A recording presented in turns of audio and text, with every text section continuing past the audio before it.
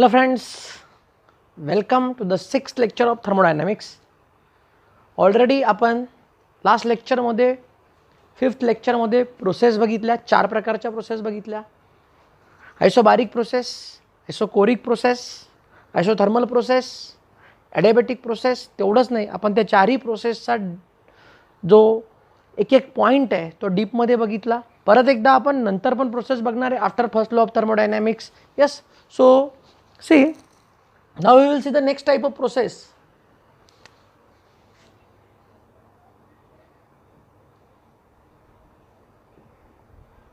Reversible process, irreversible process. Reversible process and irreversible process. आता process सुरू करण्यापूर्वी मी तुम्हाला एक छोटंसं एक्झाम्पल सांगतो, म्हणजे त्याच्यावरून तुम्हाला प्रोसेसेस इझिली समजतील. सी,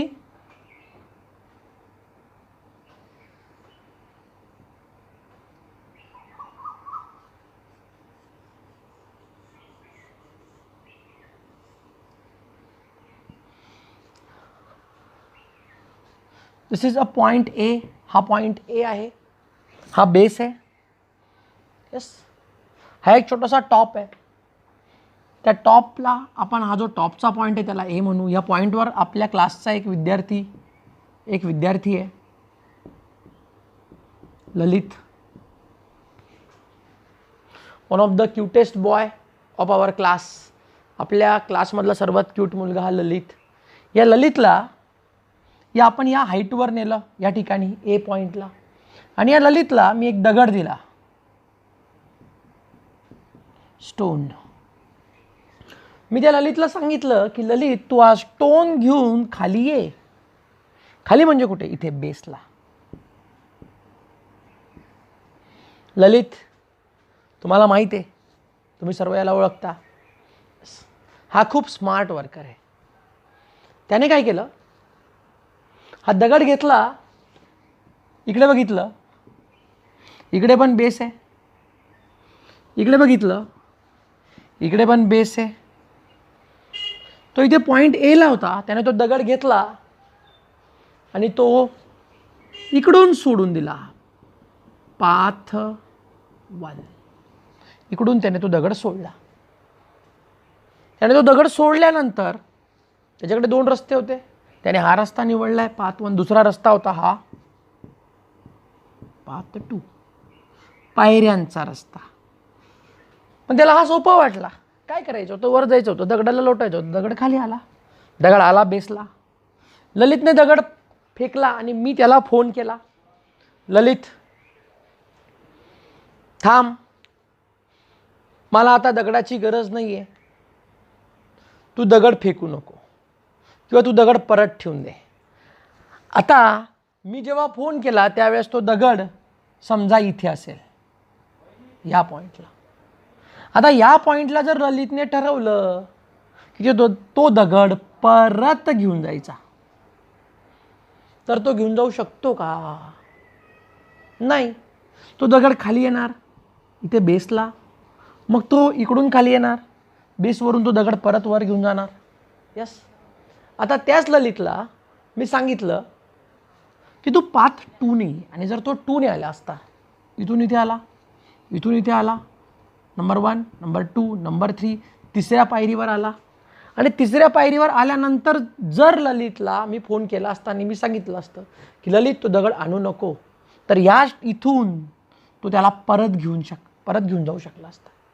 म्हणजे काय, पाथ 1 ने जर त्याने कुठली वस्तू टाकली तर ती इथून एकदा पॉईंट ए वरनं सुटल्यानंतर ती जेव्हा बेसमध्ये येईल, मध्ये या इथे तुम्ही कुठे जरी ठरवलं, कोणत्या पण स्टेपला ठरवलं की त्याला त्या प्रोसेसला रिव्हर्स करायचं आहे, म्हणजे काय, तो दगड खाली यायला नको, आता तो वर जायला पाहिजे, किंवा ललितसुद्धा खाली यायला नको. इकडून जरी ललित आला आणि त्याने इथे ठरवलं की आपल्याला वर जायचं आहे, तो जाऊ नाही शकत. म्हणजे काय, या पाथने कोणती पण वस्तू जेव्हा येणार ती बेसलाच येऊन थांबणार, ती मध्ये थांबणारच नाही, किंवा मध्येच तुम्ही तिला रिव्हर्स नाही करू शकत. मग जी प्रोसेस रिव्हर्स करता येत नाही तिला म्हणायचं irreversible process. At the same time जर तुम्ही हा पाथ फॉलो केला, पाथ 2, दगड असो किंवा कुठला पण ऑब्जेक्ट असो किंवा ललित स्वतः येत असेल आणि जर तो ह्या स्टेपला आला आणि या स्टेपला त्याने ठरवलं की आता आपल्याला वर जायचं आहे, तो परत जाऊ शकतो. तो जर या 5 नंबरच्या स्टेपला आला, इथून त्याने ठरवलं परत जायचं आहे, तो जाऊ शकतो. त्याने जर या 7 नंबरच्या स्टेपला ठरवलं, 6 नंबरच्या स्टेपला ठरवलं, कोणत्या पण स्टेपला जर त्याने ठरवलं तर तो जी काही प्रोसेस करतोय ती प्रोसेस तो परत रिव्हर्स डायरेक्शनने करू शकत असेल तर त्या प्रोसेसला म्हणायचं रिव्हर्सिबल प्रोसेस. मित्रांनो, हा कन्सेप्ट तुम्हाला सोप्या भाषेत समजावा म्हणून मी एक्झाम्पल दिलं आहे. सिम्पल आहे. हा जो पाथ तुम्ही बघताय, हा पाथ, या पाथमध्ये काय प्रॉब्लेम आहे, या पाथला तुम्ही रिव्हर्स करू शकत नाही. इथे हा स्टार्टिंग पॉईंट आहे, इथे हा एंड पॉईंट आहे, इथे जर सुरुवात केली तर इथे येऊनच थांबावं लागेल, मध्ये तुम्ही थांबू शकत नाही, मध्येच प्रोसेस रिव्हर्स करू शकत नाही. So this is a irreversible path. At the same time if you will follow this path, what will happen at any step, if you will took decision to reverse the process, you can reverse the process.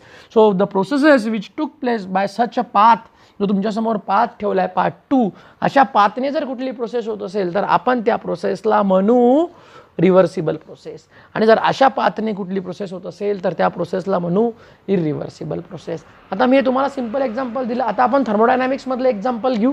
Yes, demonstrative example आहे, मी तुम्हाला demo देणार आहे त्या एक्झाम्पलचा. Yes, आपल्याकडे हे एक cylinder आहे, हे सिलेंडर आहे.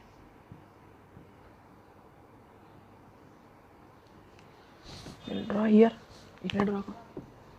हे सिलेंडर आहे. या सिलेंडरमध्ये गॅस आहे, हा पिस्टन आहे. थर्मोडायनामिक्समध्ये हा वेटलेस, फ्रिक्शनलेस पिस्टन. आता या पिस्टनमध्ये याच्यात गॅस आहे, एन नंबर ऑफ मोल्स. किती मोल्स आहे आपल्याला माहीत नाही, त्याला आपण एन म्हणू, N number of moles. What is property of gas? Gas exert pressure. What is property of gas? Gas molecules are always in random motion and during this motion they collide on each other and on the wall of container, and during this collision they exert the pressure. This is a kinetic theory of gas. Physics मध्ये पण कामाला येईल, नीट लक्ष द्या. तर हा जो piston आहे हा कोलाइड होईल आणि कोलाइड झाल्यामुळे हा जो गॅस आहे हा कोलाइड होईल आणि कोलाइड झाल्यामुळे तो प्रेशर क्रिएट करेल आणि तो प्रेशर आपण काही एक प्रॉपर व्हॅल्यू घेऊ, कुठली तरी व्हॅल्यू घेऊ just for demonstrative purpose. Yes, ती आपण घेऊ 50. म्हणजे इथून आतमध्ये जो प्रेशर आहे तो 50 आहे. युनिट मी घेत नाही, दिस इज जस्ट अ व्हॅल्यू. तुम्हाला तो कन्सेप्ट समजावा म्हणून ती व्हॅल्यू मी घेतली आहे. ही 50 व्हॅल्यू आहे. 10 घ्या, जास्त सोपं आहे. 10च्या लँग्वेजमध्ये गणित सोपं आहे. This is a 10. The pressure exerted by the gas is a 10. पण हा पिस्टन थांबला आहे, हा पिस्टन थांबला आहे. मी तुम्हाला दाखवतो. पहा, माझ्याकडे एक सिलेंडर आहे. हा वेटलेस नाही आहे, पण इमॅजिन करा की जो पिस्टन आहे ॲक्च्युअल आपल्या थर्मोडायनॅमिकच्या सिस्टीममध्ये जो पिस्टन आहे तो वेटलेस आहे. वेटलेस शक्य नाही होत, निग्लिजिबल वेट आहे. फ्रिक्शन पण एकदम निग्लिजिबल आहे. याच्यात आपण गॅस फिल केला, गॅस इथपर्यंत आलेला आहे. पिस्टन इथे येऊन पहा, आता 0 आहे. आता आपण याच्यात गॅस फिल केला, पिस्टन तिथे येऊन थांबला. पिस्टन तिथे येऊन थांबला म्हणजे काय? पिस्टन त्या ठिकाणी थांबला म्हणजे का थांबला? कारण आता ॲटमॉस्फेरिक प्रेशर आणि याच्यात जो गॅस आहे तो प्रेशर दोन्ही काय झाले? सेम. दोन्ही काय झाले? सेम. बरोबर आहे, दोन्ही सेम झाले तर पिस्टन थांबतो. असं समजा की आता या ठिकाणी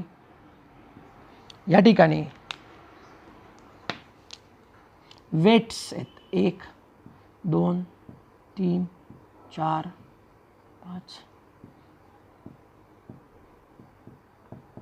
हे 10 वेट आहेत. या पिस्टनवर आपण असे वेट ठेवलेले आहेत 10 वेट आहेत. त्यांचा सुद्धा प्रेशर 10 आहे. याला आपण म्हणू ड्रायव्हिंग प्रेशर किंवा ड्रायव्हिंग फोर्स. आणि याच्यात या वेटमुळे जो फोर्स आहे त्याला आपण म्हणू अपोजिंग फोर्स. टर्म नीट समजून घ्या. यस, याच्या पुढे खूप सारे इक्वेशन आपल्याला बघायचे आहे. हा आपला सिलेंडर आहे, त्याच्यात n number of moles gas आहे. Gases what, gases always, gas molecules are always in random motion. During this motion they collide on each other. त्याच्यामुळे प्रेशर तयार होतो. प्रेशर आपण घेतलाय 10, वर पण इथे पण आपण वेट ठेवले, त्याचा प्रेशर आहे 10. या दोघांचा प्रेशर सेम झाल्यामुळे पिस्टन थांबलाय. पिस्टन तेव्हाच थांबतो जेव्हा दोन्ही प्रेशर सेम होतात, लक्षात ठेवा. मग आता हा अपोजिंग फोर्स आहे, हा ड्रायव्हिंग फोर्स आहे, दोघांची व्हॅल्यू सेम आहे. हा पण 10 आहे, हा पण 10 आहे. मी कुठल्याही प्रकारचं युनिट वापरलं नाही, लक्षात ठेवा 10. आता काय झालं, हे सर्वच्या सर्व वेट आपण काढून घेतलं. Just observe this, what will happen.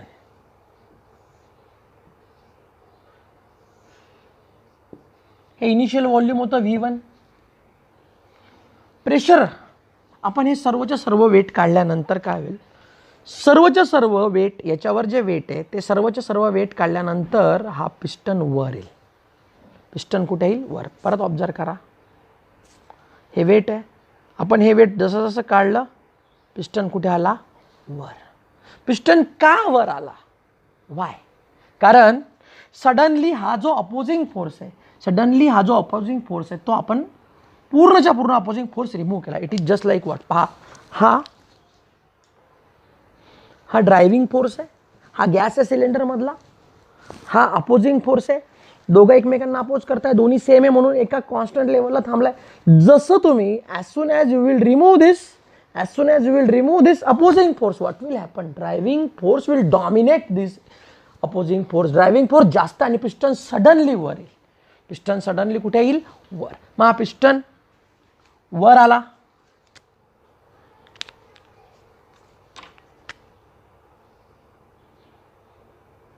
Initially तो इथे होता, आपण हे पूर्ण वेट काढून घेतलं, तो पिस्टन इथे वर आला.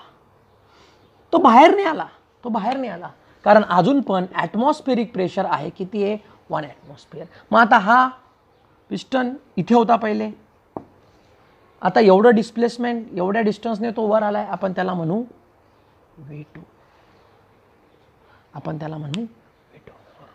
हा पिस्टन सडनली वर येईल, यस. पण आता आपण काय करू, आपण या पिस्टनवरचं जे वेट आहे ते स्टेप बाय स्टेप कमी करू. म्हणजे काय, नीट पाहता, यस. आपण, this is a cylinder, this is a piston,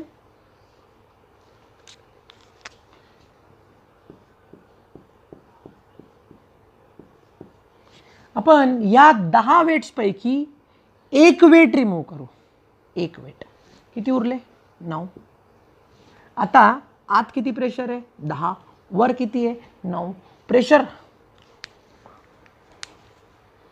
piston वरचा थोडा प्रेशर कमी झाला, सडनली पूर्ण प्रेशर कमी नाही झालाय, थोडासा प्रेशर कमी झाला, तर काय होईल, हा पिस्टन थोडासा वर येईल. कसा होईल पहा, थोडा प्रेशर कमी झाला, 10, 9. प्रेशरमध्ये डिफरन्स तयार झाला. या बाजूचा ड्रायव्हिंग फोर्स काय, जास्त ड्रायव्हिंग फोर्स काय, जास्त ड्रायव्हिंग फोर्स. त्या ड्रायव्हिंग फोर्समुळे पिस्टन थोडासा कुठे जाईल, वर.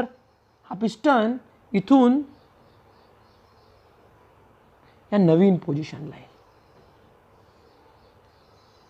आणि आता दोन्ही फोर्स काय होतील, सेम.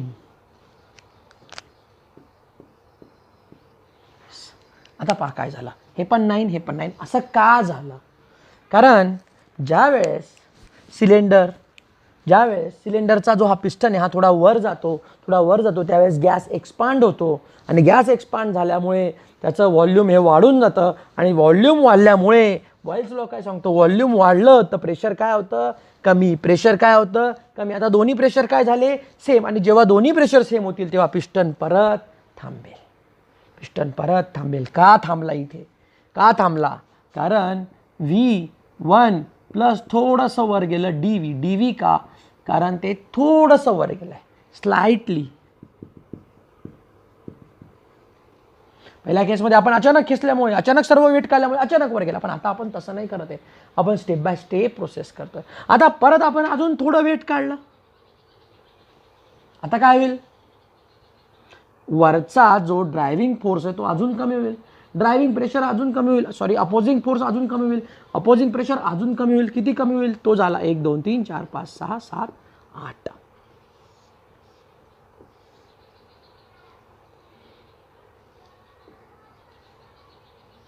खाली किती आहे 9. पिस्टन वर गेला, पिस्टन वर गेला, त्याच्यामुळे व्हॉल्यूम वाढलं, प्रेशर कमी झालं, फोर्स कमी झाला, किती झाला 8. काय होतं आहे, पिस्टन पहिले इथे होता, मग तो थोडा वर गेला, अजून थोडा वर गेला. आता step by step step by step step by step तुम्ही हा एक पण अजून एक कमी करा, अजून एक कमी करा, अजून एक कमी करा, स्टेप बाय स्टेप. पिस्टन थोडा अजून वर जाईल, थोडा अजून वर जाईल, थोडा अजून वर जाईल, थोडा अजून वर जाईल, एक एक रिमूव्ह करा, एक एक रिमूव्ह, स्टेप बाय स्टेप, अजून वर जाईल, अजून वर जाईल. आता काय झालं, पिस्टन इथपर्यंत आला.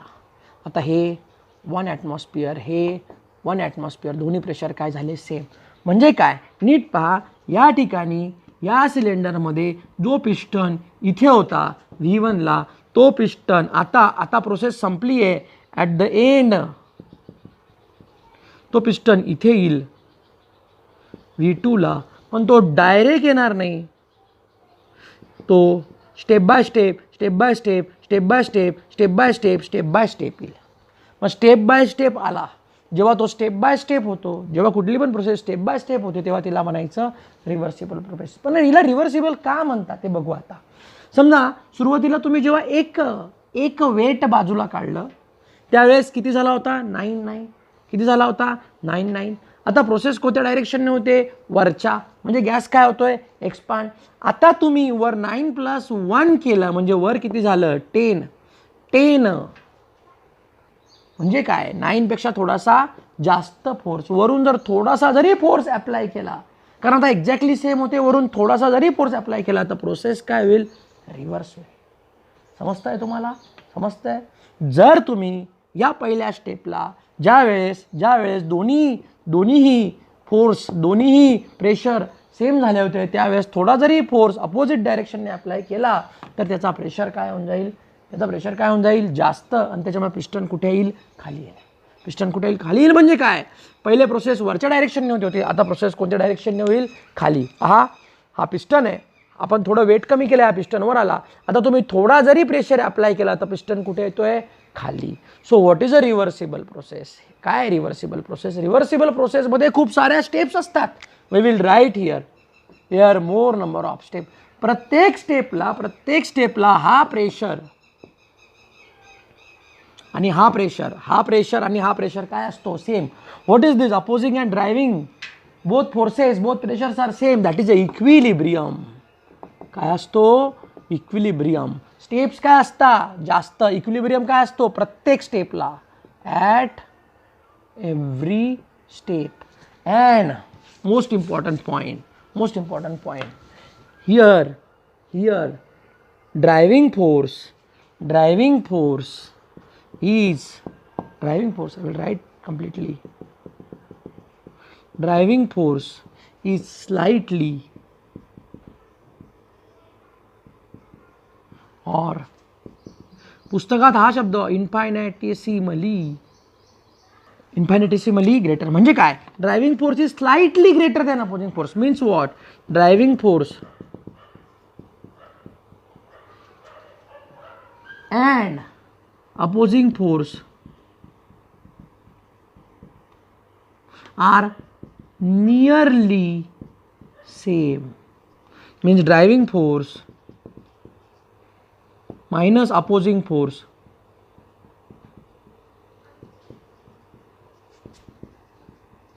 is very small. इथे बघा, हा 10 आहे, हा इथे 10 होता, एक रिमूव्ह केल्यानंतर तो 9 झाला. म्हणजे 9 आणि 10 यांच्यातला डिफरन्स फक्त 1 आहे, म्हणजे डिफरन्स खूप कमी होता. At every step driving force, difference between driving force and opposing force is very small. And if you will slightly increase opposing force, slightly increase 9+1, slightly increase opposing force, you can reverse the process. थोडासा जरी तुम्ही opposing force वाढवला तर त्या प्रोसेसला तुम्ही काय करू शकता, रिव्हर्स करू शकता. इथे पहा, इथे 9 झाला तेव्हा इक्विलिब्रियम आला होता. मी थोडासा ॲड केला काय, अपोजिंग फोर्स. पिस्टन कुठे आला, खाली आला. म्हणजे काय, पिस्टन खाली आला म्हणजे काय झालं, प्रोसेस काय झाली, रिव्हर्स. पिस्टन वर जात होता, तो खाली आला म्हणजे प्रोसेस काय झाली, रिव्हर्स. मग जी स्टेपमध्ये होते ज्यात खूप सारे इक्विलिब्रियम असतात, त्या ड्रायव्हिंग फोर्स हा थोडासा जास्त असतो अपोजिंग फोर्सपेक्षा. ड्रायव्हिंग फोर्स आणि अपोजिंग फोर्समध्ये डिफरन्स खूप कमी असतो. थोडासा जरी अपोजिंग फोर्स तुम्ही वाढवला तरी सुद्धा त्या प्रोसेसला रिव्हर्स करू शकता. अशा प्रोसेसला म्हणायचं reversible process. Now come to the irreversible process. Same cylinder मी पहिले एक्सप्लेन केलं. सेम सिलेंडर जर तुम्ही सर्वच्या सर्व वेट एकाच वेळेस काढून टाकलं, सर्व वेट काय होईल? पिस्टन आता हा फोर्स किती होऊन जाईल? 1 ॲटमॉस्फिअर. 1 का? बरेच लोक विचार करत असतील सर इथे तर काहीच नाही आहे, 0 व्हायला पाहिजे. अरे तो 0 नाही आहे तिथे. जिथे काहीच नाही आहे तिथे ॲटमॉस्फिअर आहे. जिथे काहीच नाही तिथे काय आहे? ॲटमॉस्फिअर. ॲटमॉस्फिअरिक प्रेशर किती असतो? 1. म्हणून मी 1 घेतोय. Yes, be careful.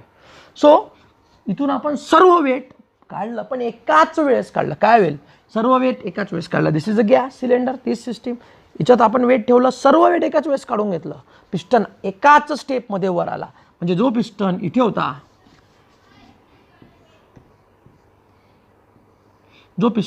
होता, तो एका स्टेपमध्ये V1 वरनं कुठे आला?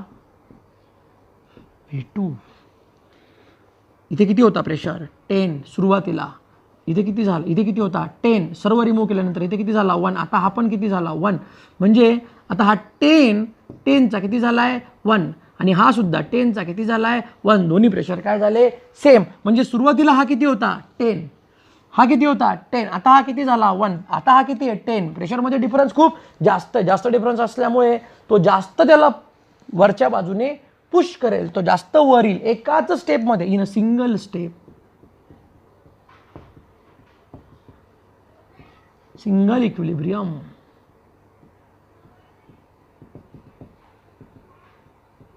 ड्युरिंग प्रोसेस एकच इक्विलिब्रियम आला ना, एकच इक्विलिब्रियम आला. नीट पहा, सुरुवातीला इक्विलिब्रियम होता आणि डायरेक्ट शेवटी. आता दोन्ही प्रोसेस, हे पण किती आहे? 1. हे पण किती आहे? 1. दोन्ही काय झाले? सेम. दोन्ही सेम झाले म्हणजे काय झालं? दोन्ही सेम झाले म्हणजे काय झालं? दोन्ही सेम झाले म्हणजे आता इक्विलिब्रियम आलाय. म्हणजे काय आलाय? इक्विलिब्रियम. त्याच्यानंतर ही स्पॉन्टेनियस प्रॅक्टिकली पॉसिबल प्रोसेस आहे. कारण एका स्टेपमध्ये येऊन गेली. नेचरमधल्या मॅक्झिमम प्रोसेस या सिंगल स्टेपमध्ये होता. त्या इरिव्हर्सिबल असतात, लक्षात ठेवा. मॅक्झिमम रिॲक्शन्स ह्या इरिव्हर्सिबल असतात, त्या प्रॅक्टिकली पॉसिबल असतात. इथे difference between driving force and opposing force is a high. Difference कसा असतो? हाय. इथे तो काय होता? Very very small difference. Here difference is very high. Means what? Driving force minus opposing force is equal to high. मग आता difference खूप जास्त आहे म्हणजे काय? हा 10 आहे, हा 1 आहे. हा 10 आहे, हा 1 आहे. हा 10 आहे, हा 1 आहे. सडनली काढला ना पूर्ण वेट. हा 10 आहे, हा 1 आहे. मग 1ला 2 करून प्रोसेस रिव्हर्स होईल का? नाही, हा 2 आहे पण हा 10 आहे ना अजून पण. हा जरी 2 झाला तरी हा काय आहे? 10. मग 3 करून सुद्धा नाही होणार. म्हणजे काय?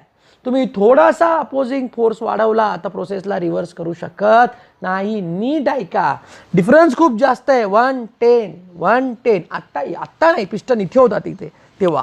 जेव्हा पिस्टन इथे होता खाली 10 होतं, वर 10 होतं. तुम्ही अचानक सर्व वेट काढलं, 10 आणि 1, डिफरन्स खूप जास्त झाला. पिस्टन इथून सुरू होईल, इथे येऊन जाईल. हे सेम आहे जे आपण सुरुवातीच्या एक्झाम्पल बघितलं होतं, ललितच्या केसमध्ये बघितलं होतं. वरून तो पडला किंवा त्याने तो दगड टाकला, वरून तो डायरेक्ट खाली येईल. का? कारण ड्रायव्हिंग फोर्स आणि अपोजिंग फोर्समध्ये डिफरन्स खूप जास्त आहे. जेव्हा तो पायऱ्यांनी येत होता तेव्हा प्रत्येक स्टेपला इक्विलिब्रियम होता, डिफरन्स जास्त नव्हता. प्रत्येक स्टेपला दोन्ही सेम व्हायचे. आणि थोडासा जरी अपोजिंग फोर्स वाढवला तर जे गॅस एक्सपांड होत होते अपोजिंग फोर्स वाढवल्यामुळे ते काय होतील? कॉम्प्रेस. त्याच पद्धतीने जे गॅस इथे एक्सपांड होत होते, तुम्ही थोडासा अपोजिंग फोर्स वाढवला तर ती रिव्हर्स होणार नाही, ती प्रोसेस रिव्हर्स होणार नाही, कारण डिफरन्स खूप जास्त आहे. त्याच्यामुळे ही प्रोसेस कशी आहे? इरिव्हर्सिबल. आता हे झालं एक्सपान्शनच्या बाबतीत. मी परत एकदा पूर्ण प्रोसेसमधला डिफरन्स व्यवस्थित लिहून दाखवतो आणि कॉम्प्रेशन पण तुम्हाला एकदा शॉर्टमध्ये सांगतो. एक्सपान्शनच महत्त्वाचं आहे, कॉम्प्रेशन त्याच्या अपोजिट होतं, पण मी तरी दोन्ही पण तुम्हाला सांगतो. पहा, काय झालं आता? What is the difference?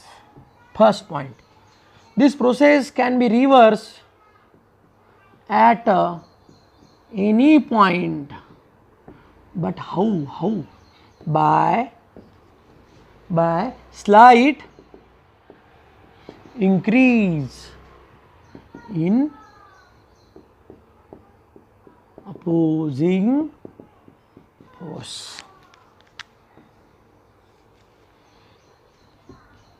Can't be reversed by slight increase. I am not saying can't be reversed. What I am saying, by slight increase of opposing force. Yes, more steps, n number of steps.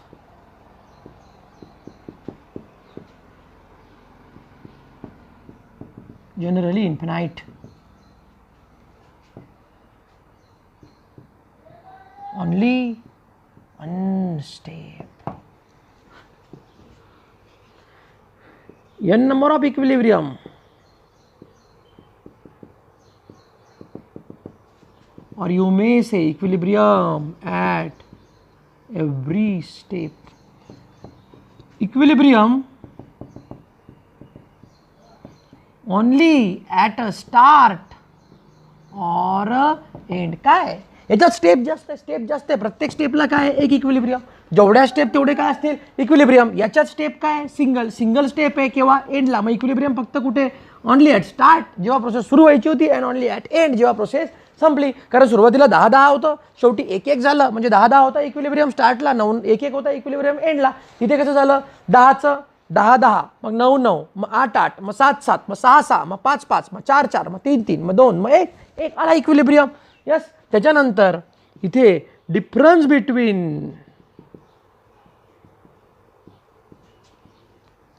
Between driving force and opposing force is very small. Here difference between driving force and opposing force is large. You have to remember this. This is a practically